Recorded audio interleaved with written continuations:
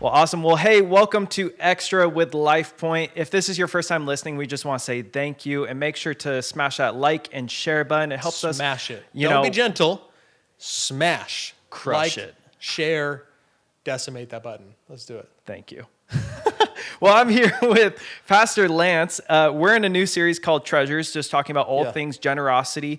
And I had a question, actually, before I get into my real questions, but you're a counselor, therapist. It's true. And I just want to know from you, like, do you think like people are naturally generous or not generous? Like just over your time of meeting with people, do you think that's like middle of the road, like some people are, some people aren't, or do we have a natural tendency to kind of fight against generosity? I think everyone wants to be known as generous. Yeah. Right. Every person you poll, it's like, hey, would you want to be known as generous? They say, yes, I would love that descriptor. I'll slip you a 5. It's fine. Put in the bucket. Yes. Yeah. Generosity is one of those things, though. It's usually taught and caught through modeling. So if you've seen somebody in your life who's generous, you realize how attractive that is. Yeah. And it's interesting. A lot of social economic studies prove that more generous people aren't always wealthy. In fact, more generous people are considered not wealthy or lower class than they are like high end, have a lot of resources and income. It's so interesting. So it actually doesn't tie to margin as much as you'd hope it maybe would. Right. But it is something that everyone aspires to at least have as part of their descriptors, right? Yeah. That's so interesting. And in this sermon, if you haven't listened to the sermon, I highly recommend that you go watch it. But in your sermon, you talked about the give, save, live on the rest framework. What does this look like practically in our lives? And especially maybe for someone that is like just starting off, they listen to your sermon, you talked about this, like how does somebody actually begin the process of doing this framework? Totally. It's one of those concepts that's pretty easy to understand, but very hard to implement. Right. Because most of us live our life with very little margin, me included. It comes naturally to all of us. You get paid, you live off of as much as you can. If you end up with some left over, you either save it or decide, let's spend it. Right. What else are we going to do? And it's not until you get to something like that, especially moving, maybe something emotional, that you decide, okay, I can be generous with some portion of this. Sure.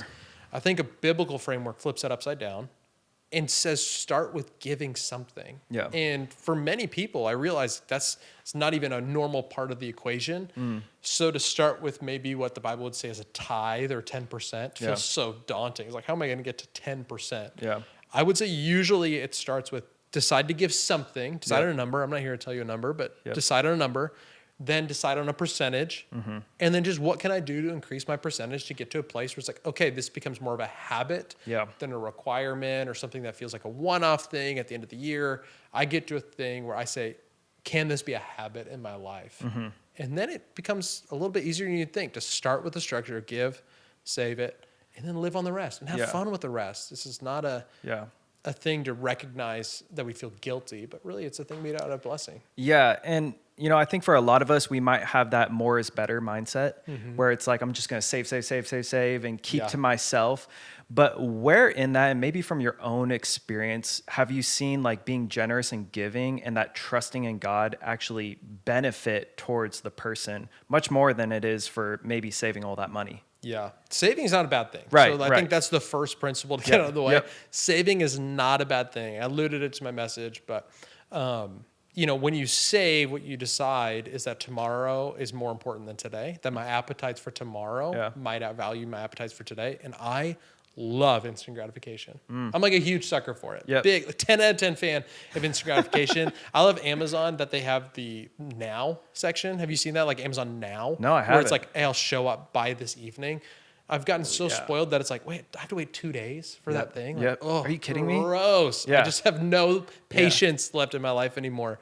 But saving decides, okay, tomorrow is important as well. Right. So I don't want to minimize saving, but there is a part where we just have to be intellectually honest and say, okay, when do I have my security? When do I have my safety net? When am I at a place where, you know what, I can start to give? And that's why the order isn't save, give, live. It is give first, save on what's next, and then live on the rest. Yeah. And for you, like, being married and everything, was this something like that you and your marriage, like you guys started off doing this like right away? Or like, was it a little bit harder for you as like maybe a young couple that is trying to live paycheck to paycheck to give? Totally. Yeah. No, actually, I started tithing right around when I got married. It was a principle that my wife brought to the table for us. Yeah. And I would try and be generous where I could, but I didn't grow up in church. So this was not this was a very new thing to me. It's not something that was normal. And so my wife and I implemented from the very beginning, okay, we're going to tithe 10%. And I'm not here to say it was super convenient or fun. Yeah. We went a lot of things that we saw friends of ours doing. They went on cool trips. They did all these things. And we decided, no, it's not what to get. Our date night is going to be getting medium fries instead of small fries at McDonald's. Like that's going to be date night for us. And that's okay. Yep. Costco food court. Hey, God moves in the Costco food court. 100%. That's it. Yeah. And my last question here is, for us, maybe for when it comes to giving, we're expecting a blessing every single time. How can we avoid feeling entitled to our blessings and instead focus on being truly grateful for what we have and to be able to give, not based off of what can I receive back from it? Because I think that you hinted that in your message. Yeah. No, I think it's a false assumption that we give to get blessed. I believe personally that's a misinterpretation of scripture, that we give just so I can get something out of it. Yeah. The Bible speaks consistently of giving with a joyful heart. Yeah. I think we give out of a position of already being blessed. Yep. The Bible is clear that God gave his one and only son, so that we may have hope and hope abundant. So he made the first move when it came to generosity and displayed it as part of his image. Yeah. So if we're created in God's image, then it makes sense that it would be wired inside of us to have some sort of giving mechanism or drive or impulse in our life. So giving is from the position of we're already been blessed. Through Jesus, I have hope for eternity. That seems like a pretty good deal to me. Yep. So from my position of blessing, whatever material blessing looks like for us, we give from that with a grateful heart. Yeah. And when we do, it's really hard to describe. Yeah.